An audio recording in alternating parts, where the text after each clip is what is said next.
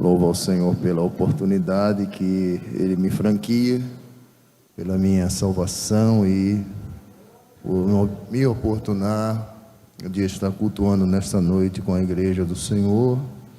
Agradeço também ao nosso muito digno pastor, presidente, que nos confia, nos escalando nesta noite para trazer uma palavra da parte de Deus à Igreja, daquilo que diz respeito à família, e o mesmo vos saúda com a paz do Senhor Jesus e vos deixa o Salmo 133, que Ele sempre dá às famílias quando está presente e tem oportunidade, mas os envia o Salmo 133 a toda a igreja. Amém?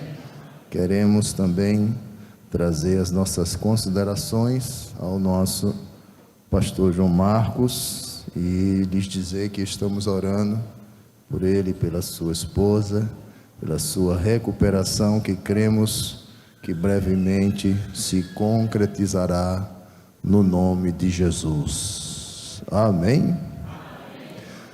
Queridos irmãos, nos foi dado a incumbência de trazer uma palavra nesta noite, neste primeiro culto de família aqui em Vitória, e nós estamos com a responsabilidade de falar sobre a importância da disciplina na família.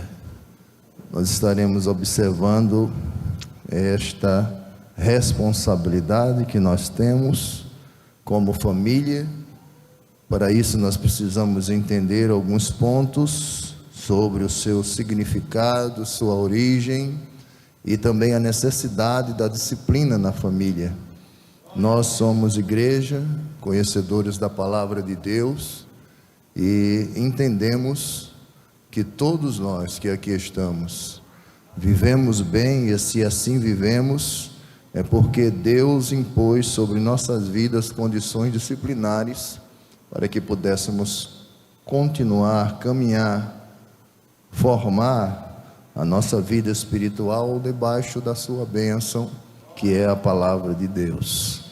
Agradeço a Deus por rever meus irmãos, também o evangelista Jaqueu, o servo de Deus, o evangelista Leonardo e demais obreiros que nos dá a liberdade também de falar a palavra do Senhor. Queridos, eu queria contextualizar esta palestra lendo um versículo no livro do Gênesis, para a gente tomar como base nesta noite, e não falarmos de nós mesmos, nem pela base só da palestra. Gênesis 18 e o versículo 19, ele é o texto base que nós temos, orientado pelo comentarista desta lição, para falarmos sobre esta disciplina da família.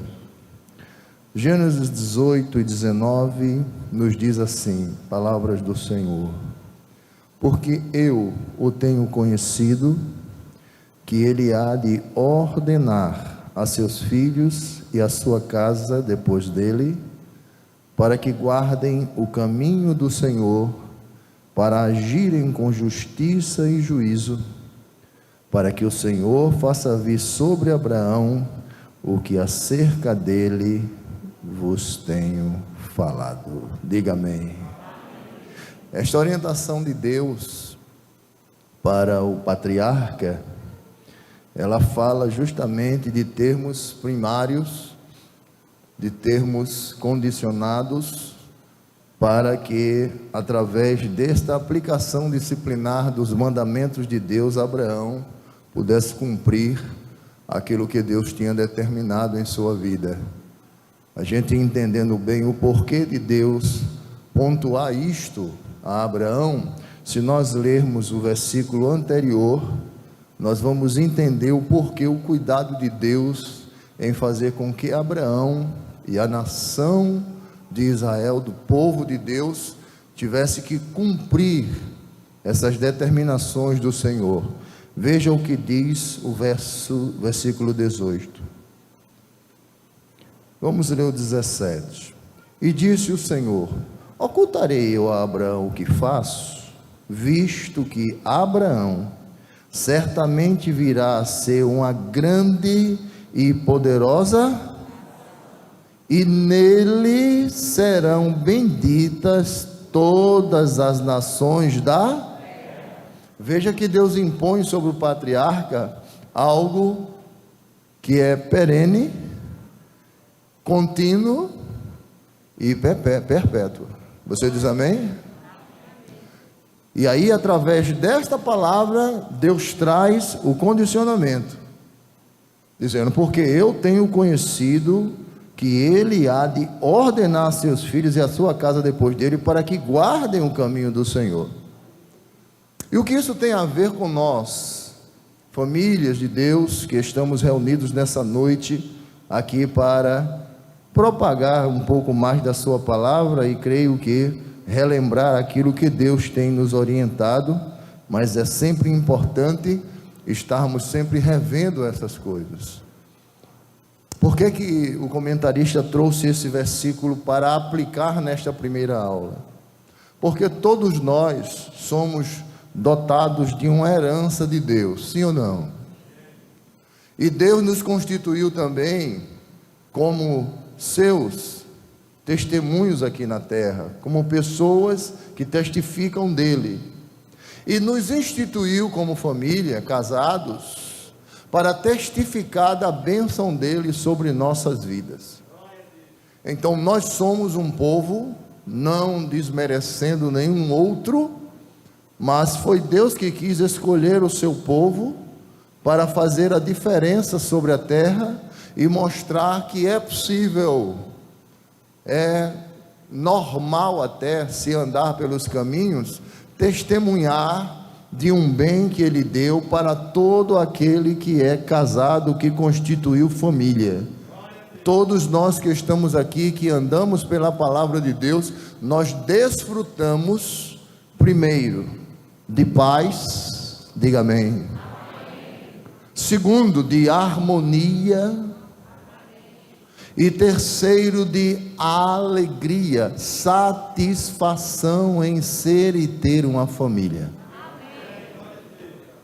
São as benesses de Deus, quando Deus constitui no Gênesis 2:18 em diante, especificamente no capítulo 24, quando ele institui o casamento e diz que o homem deve, apartar-se de seus pais, buscar uma esposa, e os dois a partir de então constituírem uma nova família, tornando-se uma só carne.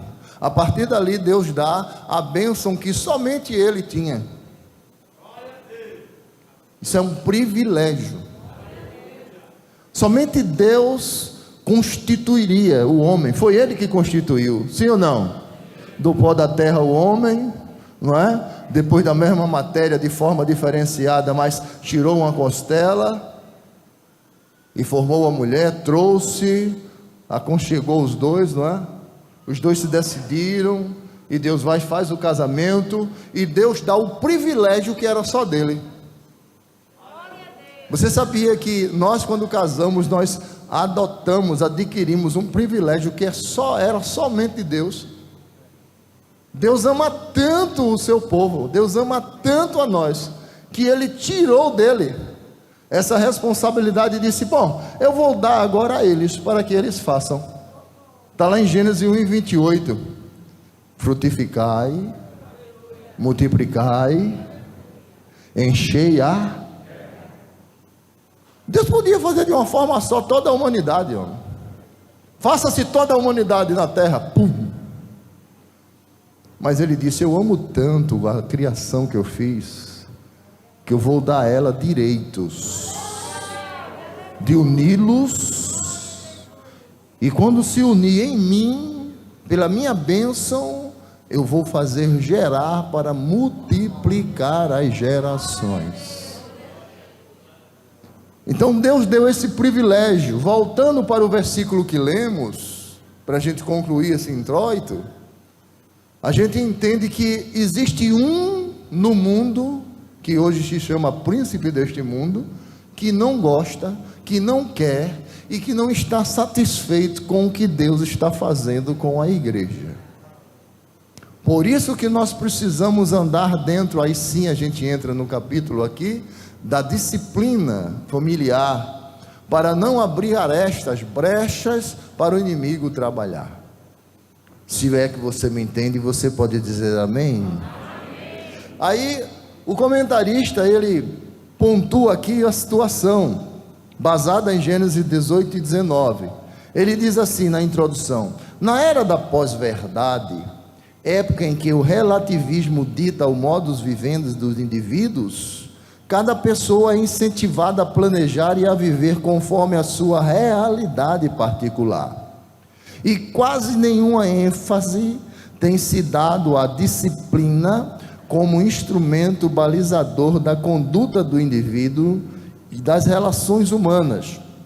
Entretanto, a Escritura Sagrada nos mostra que, sem o exercício da disciplina, jamais alcançaremos o alvo traçado por Deus para o homem, através de Cristo, que é a estatura de varão perfeito. O que é que a gente pode trazer sobre isso? Por que é que Deus exige que as famílias andem disciplinadas pela palavra dele, andem em ordenança? Porque, como já dissemos a priori aqui, o inimigo, ele investe muito nesse mundo.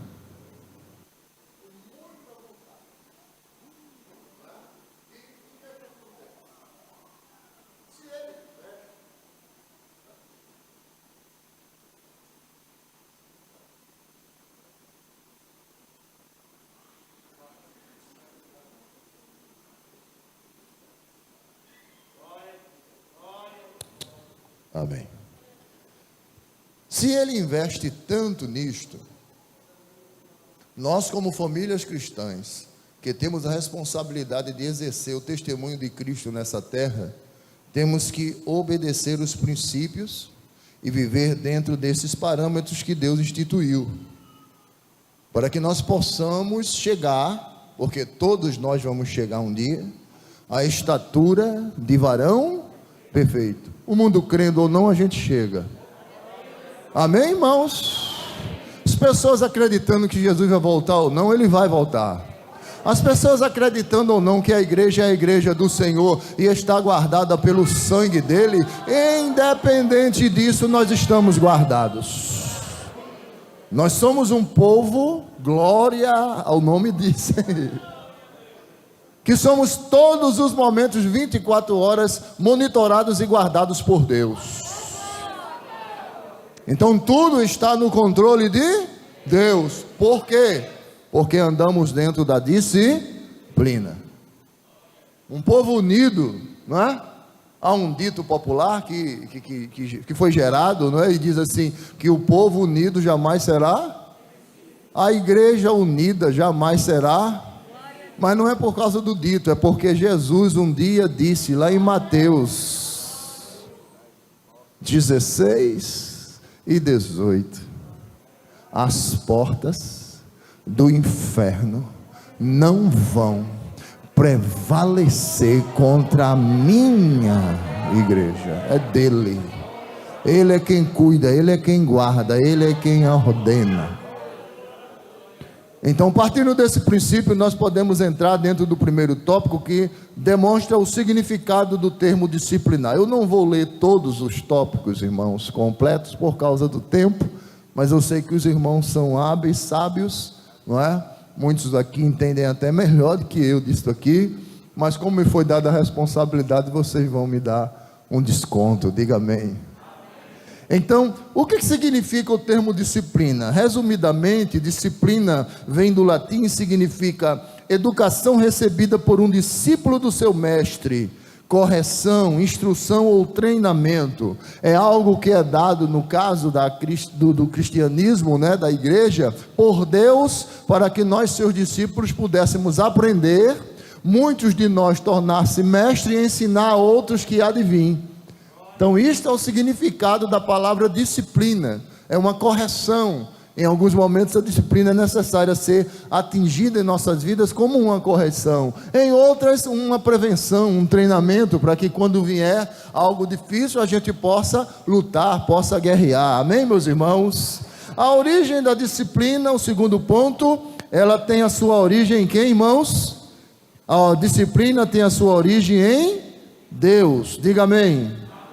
E é uma utilizada por Ele para instruir o seu povo, de modo a preservar a santidade dos seus filhos.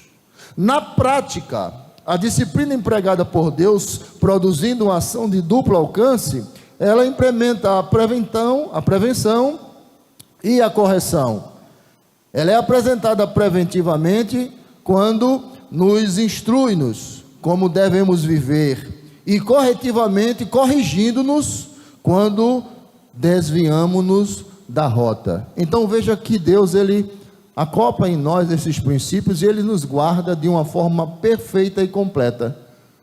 A disciplina é aplicada a nós, se for para que nós possamos estar atentos, ela entra de uma forma preventiva. Mas se nós, por um acaso, Deus nos ama tanto que sabia que nós erramos, ou erraríamos em algum momento, Ele entra dela como uma correção para nos tornar de novo dentro do caminho, na rota.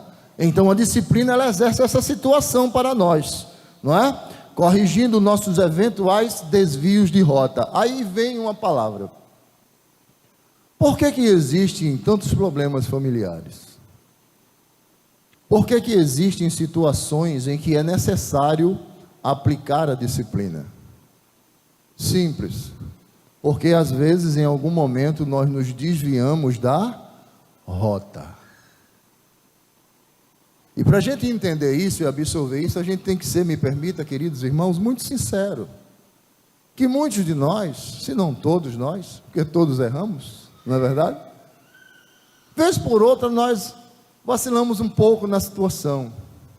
Vez por outra, a gente se esquece de um princípio disciplinar de Deus.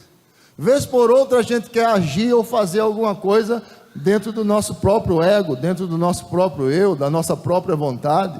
E às vezes se esquece dos princípios de Deus para que a família esteja sempre dentro dos 3 elementos primários que falamos que foi dado por Deus quando se casa. E eu já falei aqui e vou pontuar sempre isso para a gente nunca mais esquecer.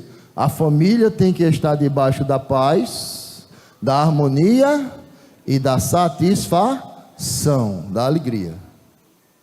Então, às vezes a gente, quando, por exemplo, eu quero tomar uma decisão sozinho dentro de casa, sem consultar minha esposa, eu estou, de certa forma, saindo da rota. Por quê?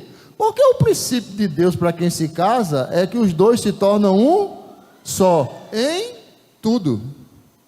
Então, em tudo que faço, em tudo que eu quero agir, em toda decisão que eu tenho que tomar, se é algo voltado para a família, e sou casado com minha esposa, o certo é que eu devo consultar a ela, porque essa decisão vai englobar ela e ela vai fazer parte da mesma, sim ou não?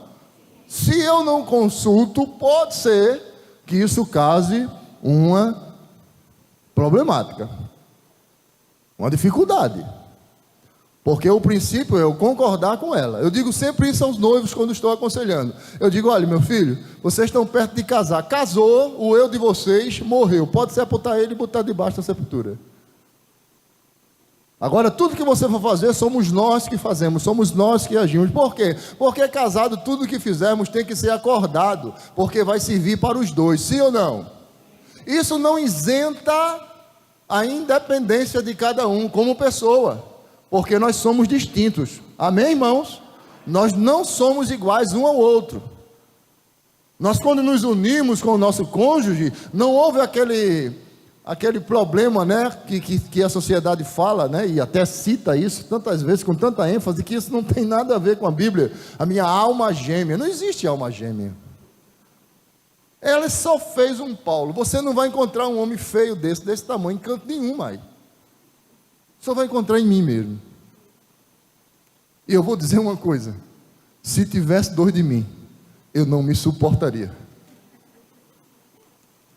Então, a gente precisa entender isso, que nós somos distintos, mas estamos casados. E se há alguma indiferença entre nós temos que usar o processo disciplinar. A gente não pode decidir sem acordar. O grande problema das famílias, dos cônjuges principalmente, é que querem decidir as coisas sem acordo. Querem decidir as coisas sem sentar para conversar, para decidir. E quando decidir, não é decidir o que é melhor para mim ou o que é melhor para ela, é o que é melhor para os dois. Porque são os dois que vão viver isso. Se você me entende, diga amém. Então, o terceiro ponto diz o seguinte, que a disciplina, ela é necessária à família. Como sabemos, a família é o primeiro núcleo da convivência humana, do qual em geral todos participamos. E de acordo com o plano divino, o lar deve ser um ambiente propício a oferecer provisão material, segurança e disciplina aos seus membros, preparando-os para usufruir o melhor da vida, segundo o projeto de Deus. E ele diz mais aqui: como todo empreendimento necessita ter o seu regulamento, o próprio Deus, Criador da família, proveu esse instrumento, disponibilizando-o na forma escrita, de modo que os homens pudessem segui-lo. Então, a Bíblia Sagrada, ela tem tudo que nós precisamos para sermos felizes e fiéis diante de Deus. Amém, meus irmãos? Se ler a Bíblia, se consultar ela, você nunca vai passar vergonha, nunca vai passar dificuldades dentro do projeto de Deus, em relação à convivência. Eu não estou dizendo que você vai ser o casal perfeito, mas eu estou falando de dificuldades que possam destruir, desregrar o seu relacionamento.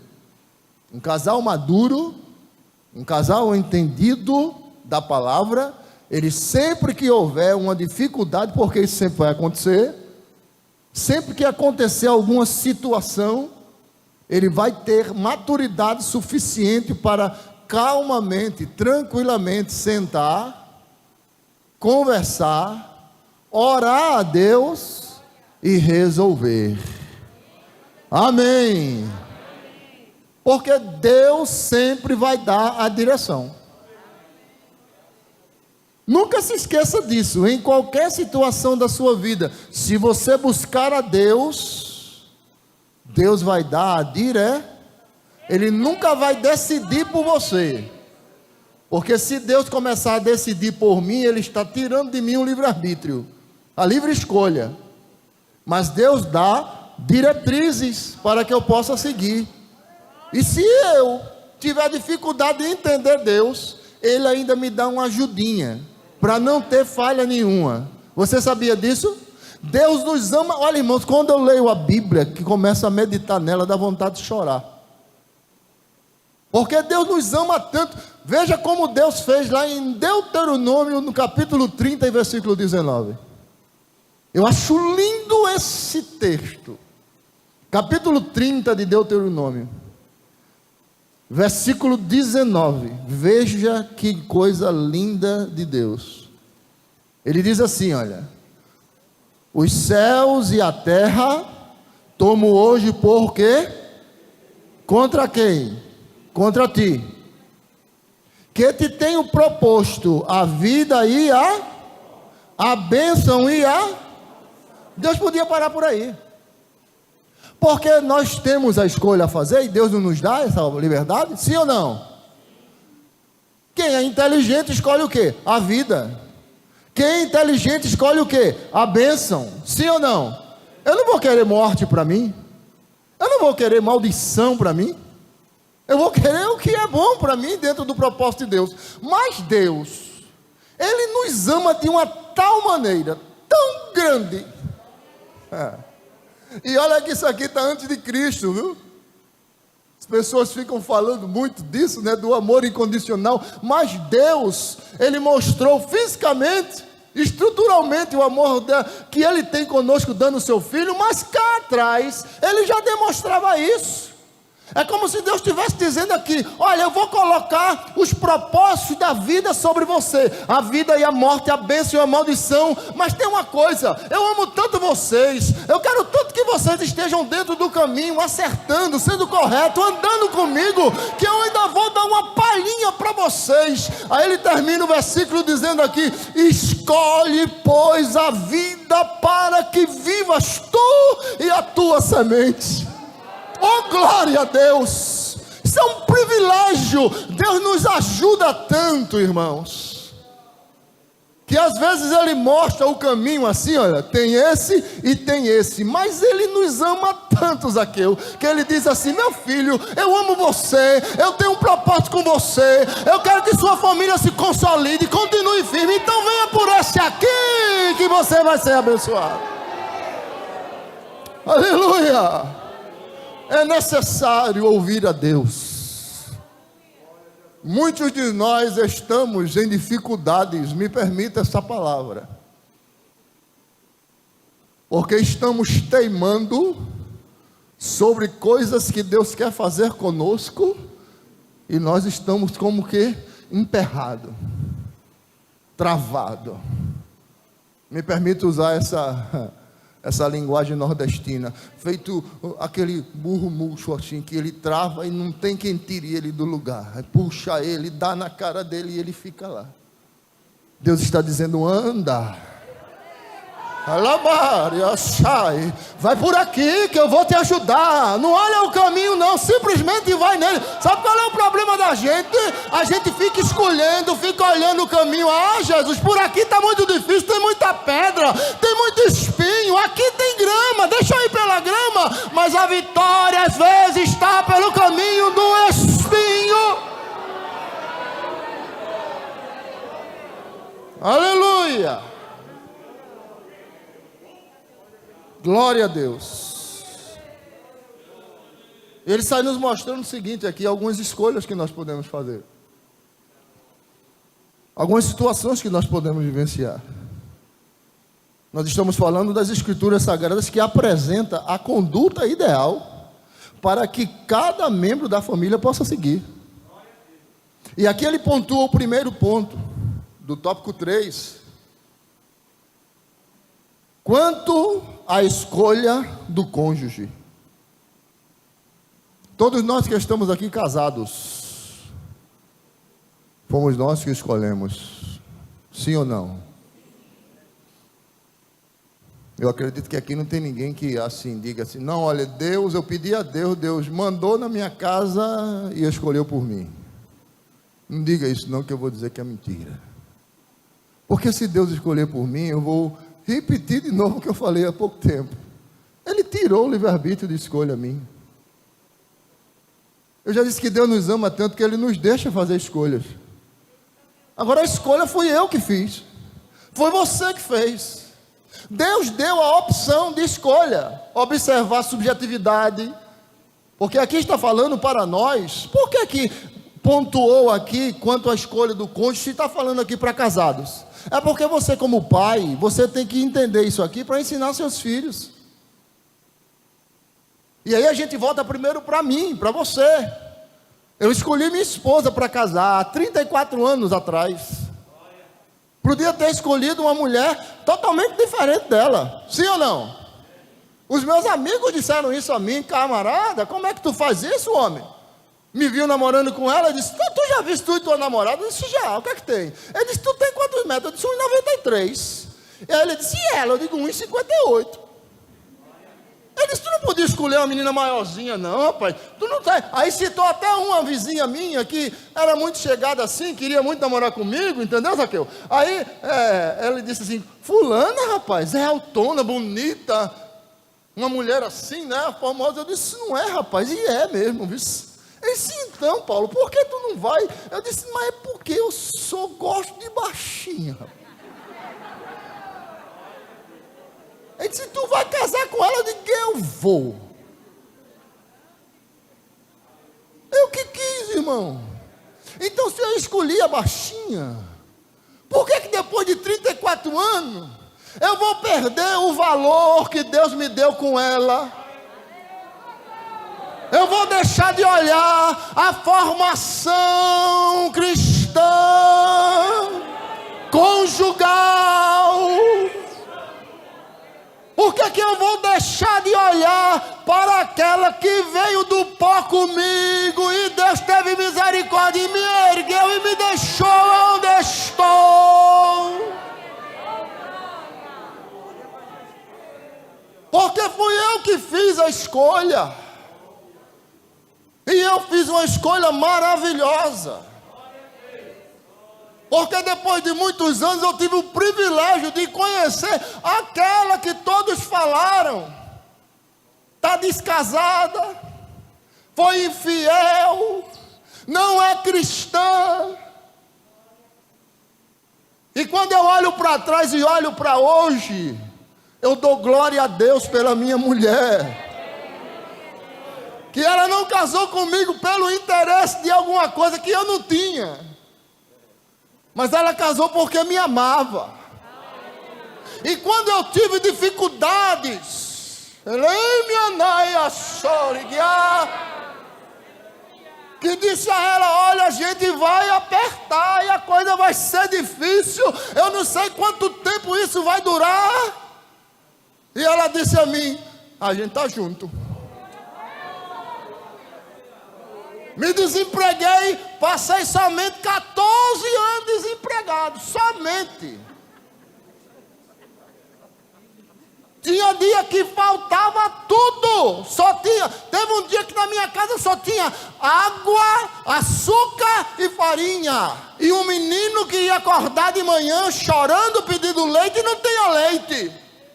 Se fosse outra, poderia murmurar, falar, dizer alguma coisa, mas não, estava junto de mim.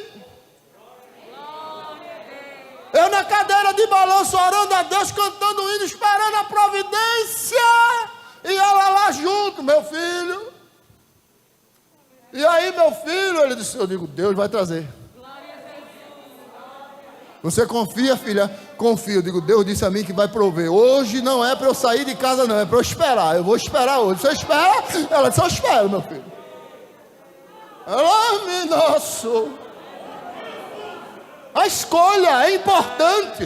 Às vezes nós olhamos por fora, Deus quer que a gente olhe por dentro e faça a boa escolha, porque amanhã você vai agradecer pela escolha que você fez lá atrás. Hoje o que nós somos, o que nós temos, foi Deus que concedeu a bênção pela escolha que fizemos. Aleluia. Então a escolha, ela deve ser particular, especial e somente sua. Amém. Ensinemos-nos a nós mesmos, cada dia, vivenciar isto, para que possamos ensinar aos nossos a fazer uma boa. Isso diz a Bíblia que é responsabilidade minha e tua. Não deixa teus filhos à mercê, não. Ensina ele a escolher. Letra B. Quanto à vida conjugal, o relacionamento do casal deve ser completamente norteado pelos princípios divinos, cada um cumprindo a sua missão dentro do lar, consoante a palavra de Deus. Seguramente a resposta para a razão de muitos dissabores entre casais é que, em vez de exercitarem a disciplina bíblica na convivência matrimonial, preferem viver segundo o padrão da sociedade secular, totalmente antagônico àquilo que Deus proporcionou e determinou, planejando para nós. É o que eu falei a princípio. Muitas pessoas estão vivendo situações difíceis, momentos desregrados, e até, infelizmente, alguns destruindo vossos lares, porque está lhes faltando, olha, comunhão, união conjugal, concordância. Coisas simples, que se nós fizermos, Deus age, mas às vezes a gente cria um grande problema, que às vezes não tem solução. Eu Eu estava essa semana com ela aconselhando uma família que estava em ponto de destruição. Separados de corpos, cada um vivendo na casa de um filho, problemas. Já chega lá dizendo: olha, não dá, não tem condições. Olha, eu não consigo mais ver o meu casamento reunido de novo. Eu acho que daqui só vai o divórcio. Aí a gente abre a disciplina. Amém? Que quando a gente abre ela, ela começa a discordar de toda opinião antagônica mundana. Eu digo: vocês quando se casaram, vocês se amavam? E vocês acham que Deus está gostando dessa atuação de vocês? Não. Mas é porque não tem jeito. Eu digo: vamos esquecer os porquês. Vamos começar daqui de novo, daqui para frente. Porque o negocinho difícil que às vezes a gente gosta de usar se chama lembranças negativas. Já viu? Isso faz um mal tão grande no nosso coração, é feito câncer. Cada vez que Deus está querendo implementar uma melhora, que a gente olha para a pessoa, para o problema, aí a gente faz: mas tem isso aqui que eu não perdoo. Mas tem essa situação que passou aqui que eu acho que não vai dar certo. Quem é você? Me permita, viu, usar esta linguagem. Quem é você para discutir com Deus? Quem somos nós para desafiar a palavra? Deus usou uma expressão muito grande da sua palavra, que um momento eu usei para eles lá, que ele disse assim: a palavra é como um mar que faz o quê? O quê? A pedra. A penha é algo que é praticamente indestrutível. Mas quando entra o martelo de Deus,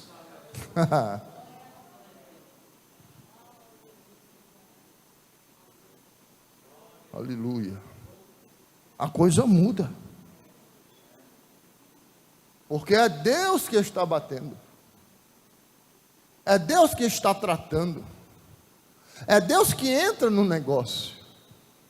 Aí começaram a acreditar. Quando a gente chegou de noite na congregação para resolver uma situação, estava ela de joelho, orando, nunca mais tinha ido para a igreja. Ele na porta, cantando.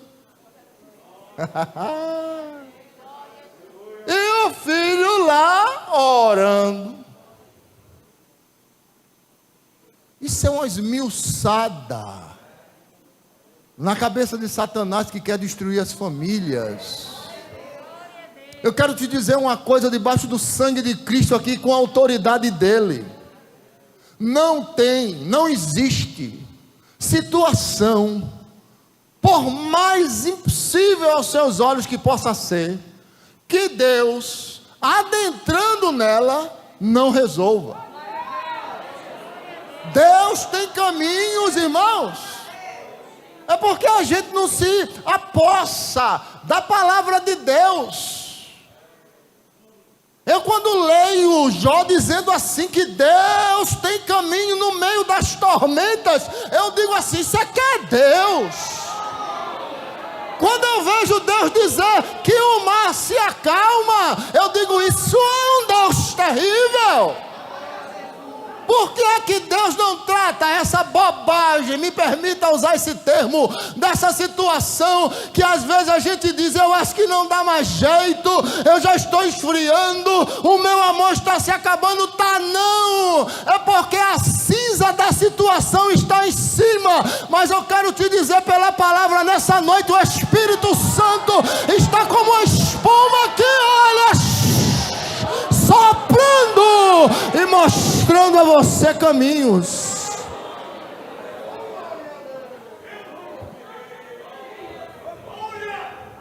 Aleluia.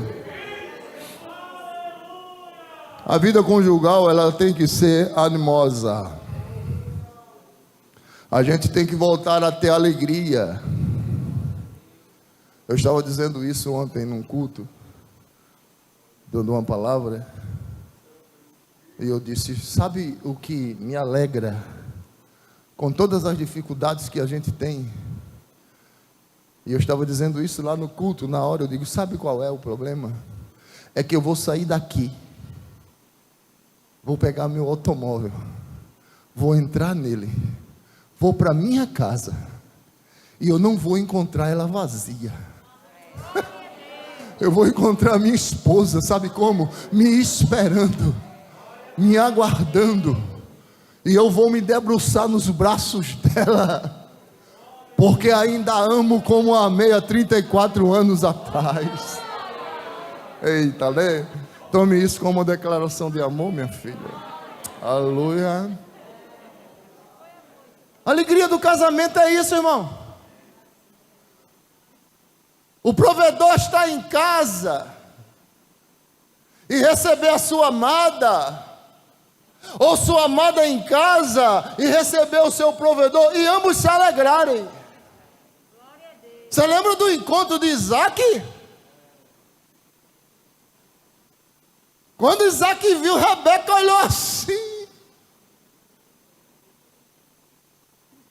E a Bíblia diz que ambos se encontraram e já se alegraram. Porque Deus estava no negócio. Deus está neste negócio. Você crê nisso? Você crê que Deus está no negócio? Você que Deus está aqui ajustando as coisas, mostrando o caminho, dizendo a você: não se preocupe não, o amor primário ele vai acontecer de novo. Deus está nesse negócio, rapaz. Deus vai aquecer as turbinas. Eita!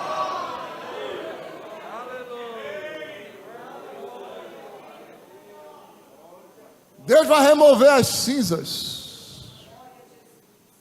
Deus vai mostrar caminhos. Foi Deus que constituiu o teu casamento, rapaz. Quem estendeu a mão ali foi um representante dele, e ele estava lá em cima chancelando. Está selado. E aquilo que Deus une, o inimigo não pode destruir nem separar. Foi Deus que uniu, vai viver até a morte separar. Aleluia. Glória a Deus. Quanto à criação de filhos, a relação pais e filhos deve ser pautada sempre pelo amor e respeito mútuo. Todavia, os pais, preste atenção nisso, precisam desde cedo impor limites aos filhos, pois o limite faz parte do processo da educação. Sabe a primeira palavra que o meu filho deve aprender quando pequenino? Uma das primeiras é a palavra não. Ele tem que aprender a respeitar esta palavra, não. Dificilmente famílias vivem bem relacionadas com filhos quando sempre dizem sim. Tudo bem, é criancinha, não tem problema, é inocente. Psicólogos que porventura estejam aqui sabem disso, que uma criança quando sai do ventre, ela já começa a querer administrar o seu mundo. Ela começa a ampliar seu conhecimento. E se você não impor limites a ele, ele vai começar a desregrar-se ainda de peito. Exemplo, teu filho, quando ele começa a nascer e crescer, em meses, que você bota no bracinho, que ele vai começando a ter força e se aprumar e ficar durinho, a primeira coisa que ele começa a mexer as mãos, e tudo que ele vê ele quer pegar. Se tu usa óculos, ele fica querendo alcançar para puxar. Se o teu rosto está brilhando, está diferente, ele fica querendo pegar. E se você não disser assim, pode não. o menino, aquela mãozinha que você não tem coragem nem de alisar, mas tem que dar uma palmadinha. Viu, mamãe? Ah, meu Deus, é maldade. É não, é disciplina. É ensino. Vai fazer bem amanhã e ele vai te agradecer. Porque você vai ensinar pela palavra de Deus.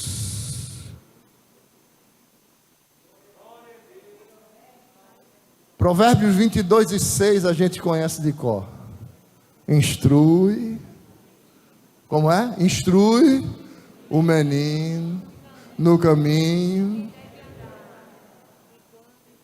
Porque ele vai aprender a palavra e até quando ele crescer, ele pode até se desviar, mas não se esquece. E você vai ter a sua culpa lavada.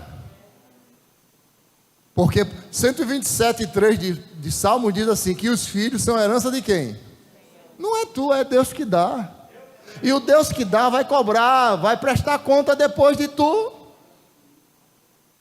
Então, a gente precisa entender o ensinamento dos filhos, regrando os princípios de Deus. Os pais precisam instruir os filhos. Eu não tenho nada contra, irmãos, a atualidade. Vivemos numa época internetizada, e glória a Deus pelo avanço tecnológico, é uma bênção para a gente, sim ou não?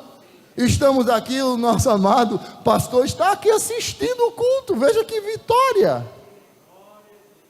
Mas nós precisamos saber o momento, quando relacionamos aos nossos filhos, de colocar isso. Porque antigamente se dava um filho menor, quando ia para a igreja, a primeira coisa que dava um filhinho, um menininho, começava a andar com 3, 4 anos, era uma Bíblia, ou não era? Hoje se dá um celular.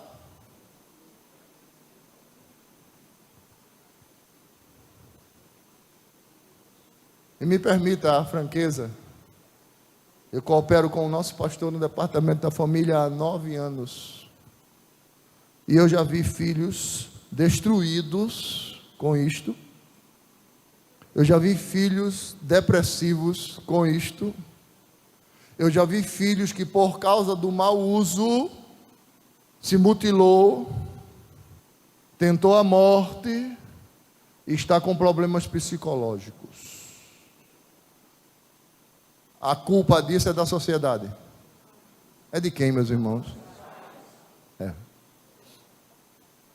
Nós temos que entender a disciplina da família no requisito criação de filhos, e temos que ser enérgicos, mesmo que isso a primeiro momento pareça muito rude, mas no final vai te agradecer.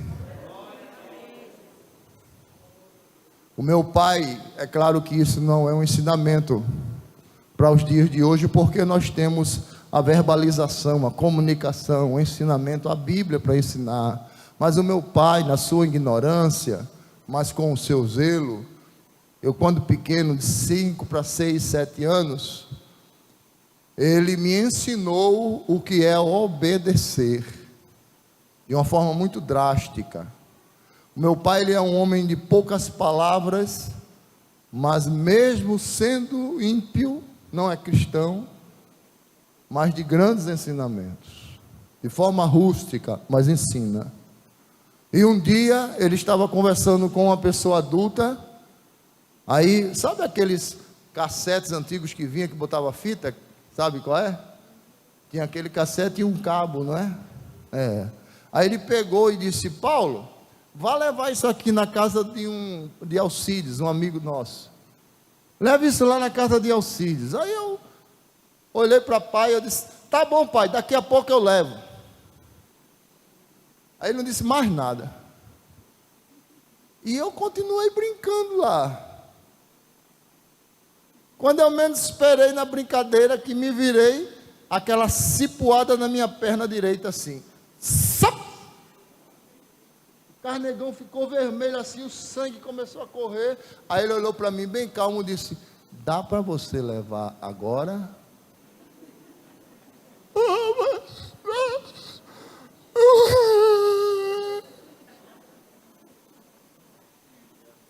Repito, isso é uma forma ignorante. Tá certo.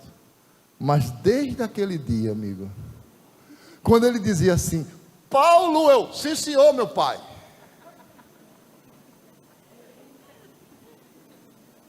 Os irmãos estão entendendo onde eu quero chegar? Para cada um, Deus tem uma forma de ensinar.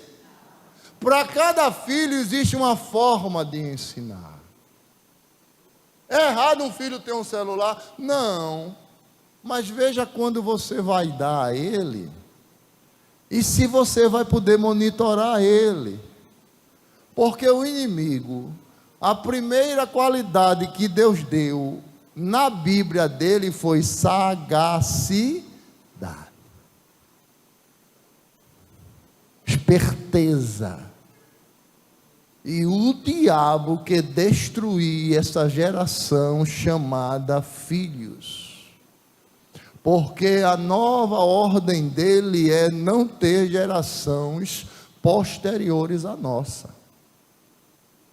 O que salva a gente é que Deus nos dá oportunidades como essa de rever os princípios dele e de entender que sobre nossa família a mão dele está repousa. Então nós não podemos negligenciar. Para concluir, eu quero falar de 2 pontos. O senhor me dá mais 5 minutos, pastor? É coisa rápida. A gente deve ter o cuidado com a família. Deus deu responsabilidades aos cônjuges e aos filhos também. E nós precisamos, como família, cumprir os nossos deveres para termos os direitos que Deus colocou para a família. Como homem, eu tenho que cumprir os meus deveres de casa, prover, cuidar, dar segurança, dar vestimenta, dar amabilidade. Diga amém. Como homem, eu tenho que ser o provedor, o esposo, o marido, o ajudador. Eu não só posso ser, eu boto a comida dentro de casa, mulher, te vira. Não, não é assim não, neném. Tu bota a comida, mas se ela não fizer, tu vai comer cru.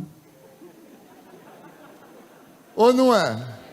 Então, para ela cozinhar, eu tenho que chegar e dizer: ô minha filha, dá para você fazer isso aqui, meu amor?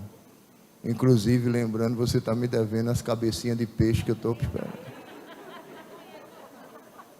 Mas está desculpada que a gente viajou hoje. Não é? A esposa. Hoje a gente vive dentro de uma sociedade que o feminismo, ele inculcou na mente das mulheres que a mulher ideal para a atualidade é a independente. É aquela que diz assim: eu não preciso de homem. Precisa para tudo. Do jeito que o homem precisa da mulher, a mulher precisa do homem. Sim ou não? Sim. Se você não tiver uma mulher, vai gerar filho como? Me diga aí. Se tu não tiver uma mulher dentro de casa, quem é santo que vai fazer a tua comidinha? Quem é que vai lavar a tua roupinha? Quem é que vai limpar a tua casinha?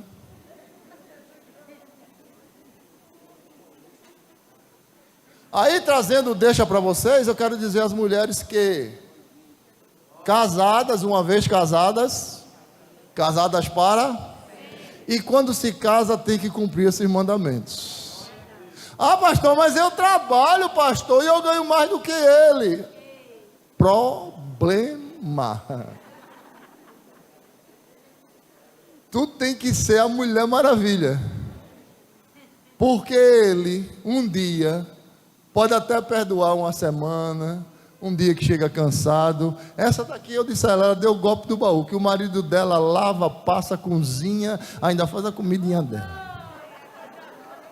Ela disse: eu vou dar uma golpada num militar, porque ele sabe de tudo, né? Mas tem dia que eu digo: meu amor, porque a galinha guisada ninguém faz melhor do que ela. É uma maravilha. Então tem dia que eu quero comer galinha guisada. Entendeu, irmão? E quem faz a melhor galinha do mundo? É ela.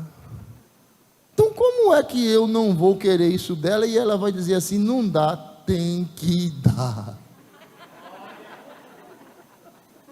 Mas eu cheguei cansada do trabalho, eu quero galinha guisada.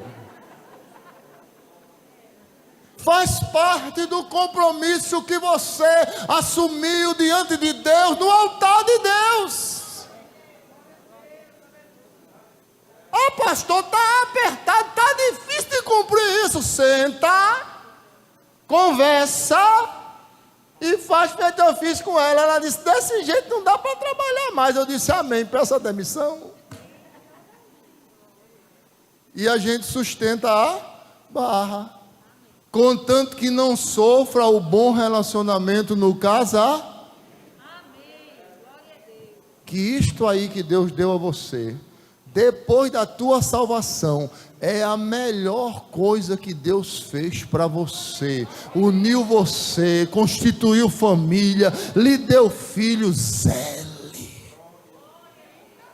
Que Deus vai fazer coisas maravilhosas através dessa união. Quer ver uma coisa que Deus se agrada? Quando a gente abre mão de coisas que a gente quer por Ele, pelas coisas dEle, por aquilo que Ele quer que a gente faça. Deus ama isso. Se você soubesse como Deus investe, aleluia! Obreiro sabe o que é isso. Muitos de vocês, muitos de nós abdicamos de coisas que a gente, ao nosso ver, seria maravilhoso, mas por amor à obra. Eu era militar, rapaz. Por que Deus me tirou do quartel? Porque Deus não me deixou estabilizar. Porque Ele precisava ter um encontro comigo. E nesse encontro Ele disse, me sirva. Deus fez comigo, e acredito que fez com muitos de vocês, como fez com o servo de Deus Abraão. Sai da tua casa, daqui no meio da casa dos teus pais, da tua parentela, e vai. Para onde? Para uma terra que eu vou te mostrar. Vai. Tu confia em mim? Confio, Deus. Vai. Vai andando.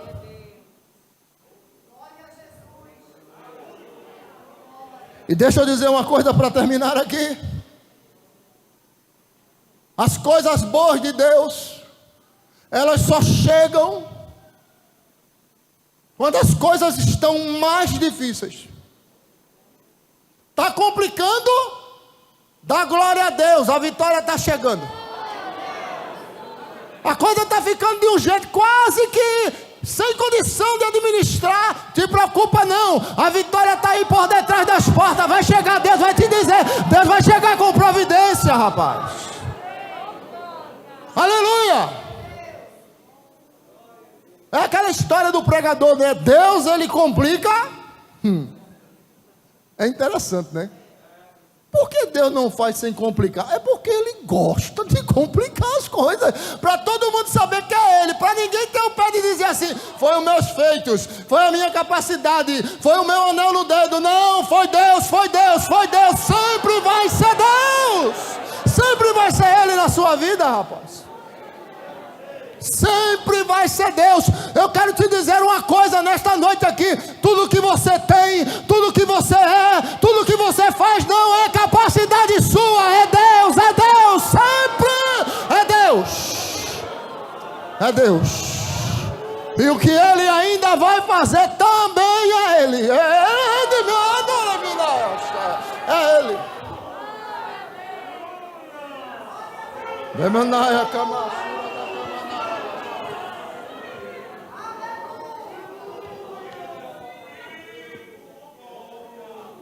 Qual é o caminho, pastor?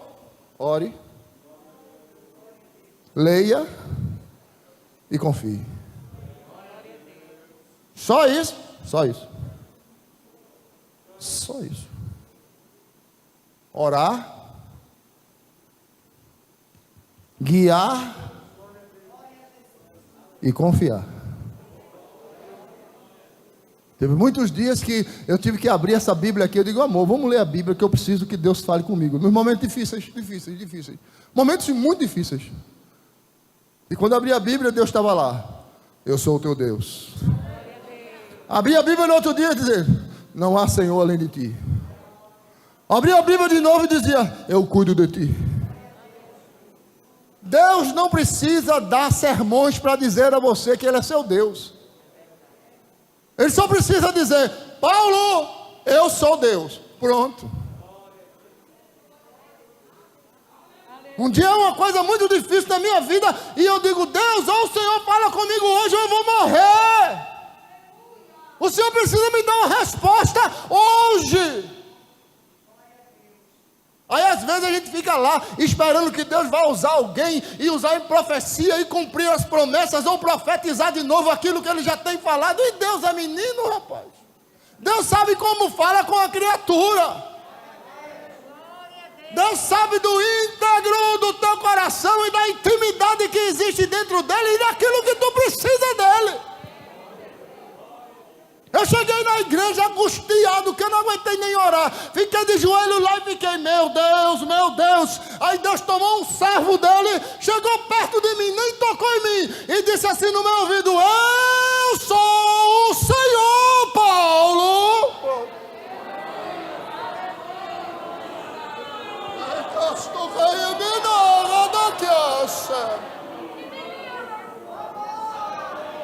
Você sabe o que é o mar inundando? Foi aquela palavra. Ela entrou no meu coração, inundou a minha alma. Ele disse isso e voltou e se sentou. E eu comecei a chorar. Deus me renovou, me encheu. Eu tenho essa palavra para você. Nessa noite fica tranquilo. Não te inquietes. Não te preocupes, tudo está no controle de Deus. Deus vai cumprir a sua palavra.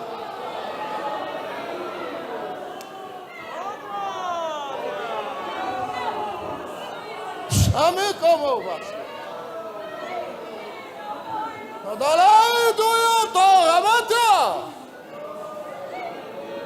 Deus cumpre.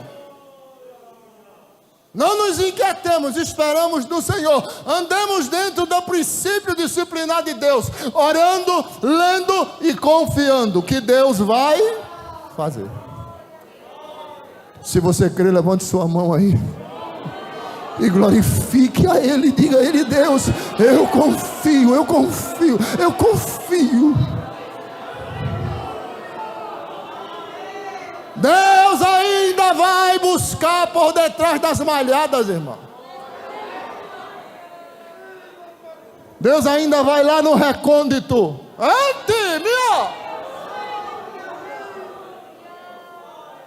Deus ainda coloca nome no coração de crente. Confie e espere. Confie e espere. Eu posso fazer uma oração?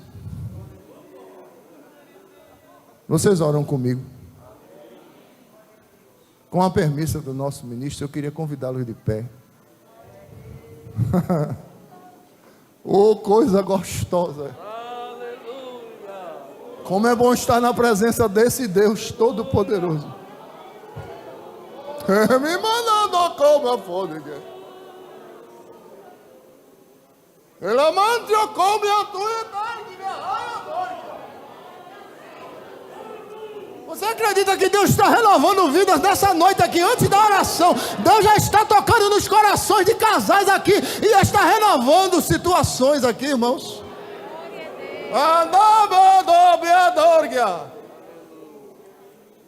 Que Deus poderoso. Isso só mostra que tudo é Ele. É por causa dEle. Feche seus olhos.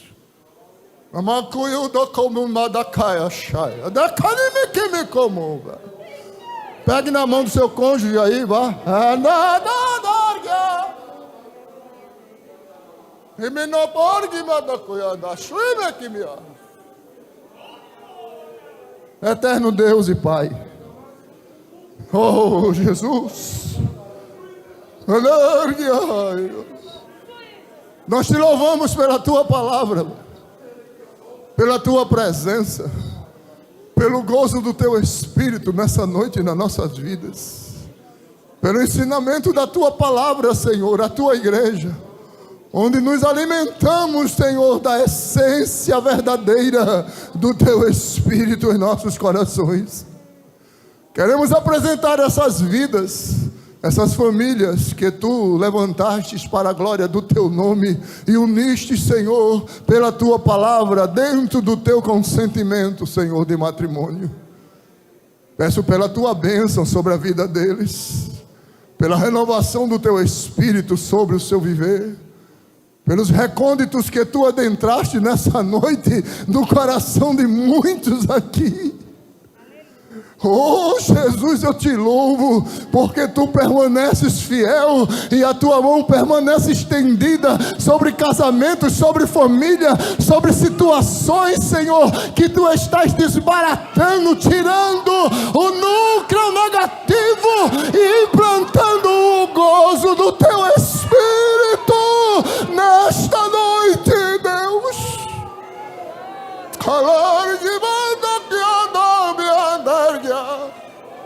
Oh, Jesus, renova as forças, o ânimo, tira a preocupação do coração.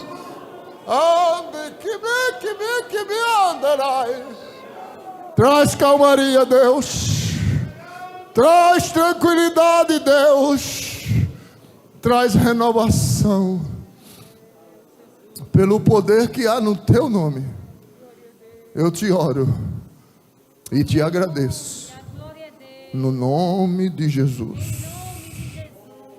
em nome de Jesus, amém. Te adorarei, Senhor, mais uma vez te adorarei.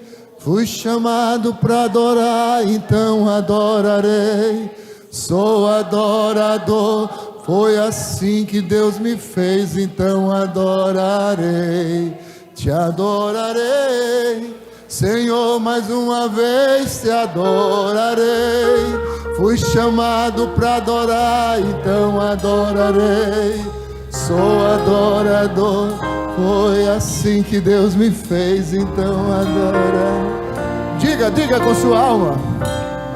Ninguém vai me calar, te adora, está em meu bem. Ainda que tirarem minha vida, ninguém vai me calar, te adora, está em meu DNA, te adorarei. Ainda que tirarem minha vida, quando chegar ali no céu, te adorarei, te adorarei.